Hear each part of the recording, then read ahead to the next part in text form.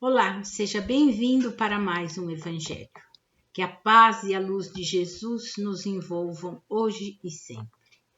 Trouxemos para a nossa reflexão hoje da primeira carta de Pedro, capítulo 5, versículo 7, e nos diz: lançando sobre ele toda a vossa ansiedade, porque ele tem cuidado de vós. E vamos falar hoje sobre ansiedade, angústia, aflição, aquela incerteza aflitiva, não é? Então, havia um carneirinho que ele estava muito insatisfeito com a sua situação. E a sua lã crescia e aí ele era tosquiado, não é? Porque retiravam sua lã para beneficiar. Então, ele se achava muito importante, mais importante que os seus irmãos, não é? Que conviviam lá com ele, os outros animais, não é? E assim foi pedir a Deus que modificasse a sua situação. Não estava satisfeito. Aí Deus atendeu ao seu pedido. Voltando ao pasto, ele disse que queria que a sua lã fosse transformada em ouro. E assim, voltando ao pasto, várias pessoas ambiciosas atacaram-o sem piedade e deixaram em chagas. Aí ficou todo choroso, foi lamentar-se com Deus e pediu que fosse modificada, e dessa vez queria que a sua lã fosse porcelana, né? Fosse transformada em porcelana. Retornou ao pasto e uma ventania enorme, enfim, quebrou todos os fios da porcelana, deixando a sua carne dilacerada. E assim foi lamentar-se ao pai novamente, e aí queria que sua lã fosse transformada em mel. Chegando ao pasto, moscas se aproximaram rapidamente dele e não lhe deram sossego. Aí correu ao pai novamente e pediu que a sua lã fosse transformada em folhas de alface. E aí, voltando ao pasto, os cavalos puseram-se os olhos e começaram a comer, e a sua carne ficou dilacerada. Aí ele voltou ao pai novamente e disse ao pai: Senhor, quero voltar a ser carneiro comum como sempre fui. Não pretendo ter a superioridade sobre meus irmãos. Hoje compreendo que os meus tosquiadores são meus verdadeiros amigos. Não me deixavam feridas e sempre me davam de beber e comer. Quero ser útil, qual me fizeste, Senhor? E o pai bondoso abençoou com ternura e falou: volta e segue teu caminho em paz. Compreendeste, enfim, que meus desígnios são justos. Cada criatura está colocada por minha lei no lugar que lhe compete. E se pretendes receber, aprende a dar. Assim o carneiro seguiu em paz, não é? E assim somos nós. Muitas vezes nos preocupamos, ficamos ansiosos demais com o futuro, choramos. Quem já não chorou, não é? Todos nós. E quando estamos aflitos, preocupados, ansiosos com alguma coisa e choramos, sentimos que somos acarinhados e tranquilizados, como o carneirinho que chegava ao pai e ele o tranquilizava e dava aquilo que ele queria. Nosso coração, quando choramos e sentimos que somos acarinhados também, então o nosso coração se tranquiliza e a nossa alma se acalma. É Deus dando força àqueles que se deixam levar pela aflição, pela ansiedade, pela preocupação. E isso tudo é o quê? Nossa falta de fé, não é? Pois jamais estamos sozinhos. Deus está conosco sempre. Ele nos deu o nosso anjo guardião, os nossos mentores individuais que cuidam de nós em todos os segundos de nossas vidas. E nós podemos também acionar as nossas forças da fé, não é? Como? Através dos nossos pensamentos, cultivando somente pensamentos positivos, através da prece diária, das leituras edificantes, da feitura do Evangelho no lar. O Evangelho no lar nos dá força, nos dá equilíbrio, nos sustenta, nos socorre, não é? Então, é importante também pensarmos na realização do Evangelho em nosso lar. Como nos disse no Evangelho segundo o Espiritismo, a fé é a substância das coisas pensadas. Não temos fé o suficiente, é verdade, mas usemos a que tiver e assim conseguiremos mais. Um filme que passou já um tempo atrás, mas é muito conhecido, filme Quem Somos Nós, é um filme que trata da ciência quântica. E os cientistas provaram que temos um ponto luminoso em nosso cérebro. E quando se é falado em Deus, em qualquer língua, esse ponto se ilumina. Portanto, temos fé. A fé já está instalada em nossa consciência, já trouxemos a sementinha da fé. Basta trabalharmos ela dentro de nós, não é? Em tudo que fazemos, a fé penetra, desde que compreendamos que é a vontade de Deus, agindo em nós, mesmo que estejamos passando por doença grave, tendo nós essa fé, com certeza a dor será amenizada. E se persistirmos com pensamentos positivos, com fé, podemos até nos curar.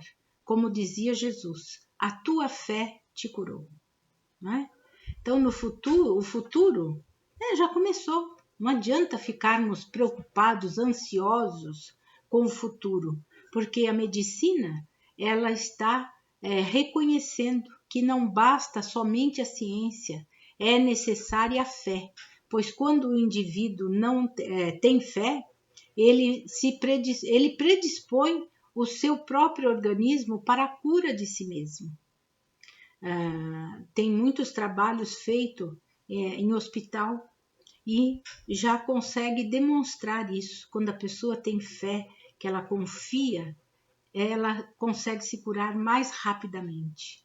Então, temos visto vários casos de pessoas também que estão com tumores ou outras doenças fazerem operação espiritual e quando voltam ao médico estão curadas. E o que é isso? É a fé, é a perseverança da pessoa que semeia e colhe bem num terreno fértil que temos dentro de nós. Basta para isso semearmos diariamente pensamentos positivos, preces, silenciarmos interiormente, termos aquela conversa interior com Deus, não é? Com Jesus. Somos responsáveis por tudo que nos acontece na vida, pois quando estudamos as leis de Deus, evoluímos, e quando a contrariamos, estacionamos e sofremos de incompreensão, não é? E nos revoltamos, como o carneirinho da nossa história que iniciamos, não é? E acarretamos em nós problemas ou doenças às vezes indissolúveis e até mesmo a morte. Por isso procuremos estar sempre atentos. Como? Pensamentos positivos, preces, sem lamentações. Não é? Deus é Pai de justiça soberana, e justiça soberana é a lei para cada um de nós. Toda prova, seja qual for, não é? Aparece na nossa vida para nos fazer crescer e evoluir com a experiência. Não é para simplesmente nos fazer sofrer. Não, é necessário aprendermos com as lições, não é? Cada experiência ela vem com uma mensagem determinada. Uma vem para ensinarmos a ter mais paciência, outra a sublimação da capacidade de amar. Necessitamos aprendermos a amar, né? Não podemos sair dessa encarnação sem aprender a amar. Mas não desanimemos, pois Deus está sempre conosco, nos incentivando na busca do melhor, na busca do nosso autoconhecimento, tão importante, fundamental para a nossa evolução, não é?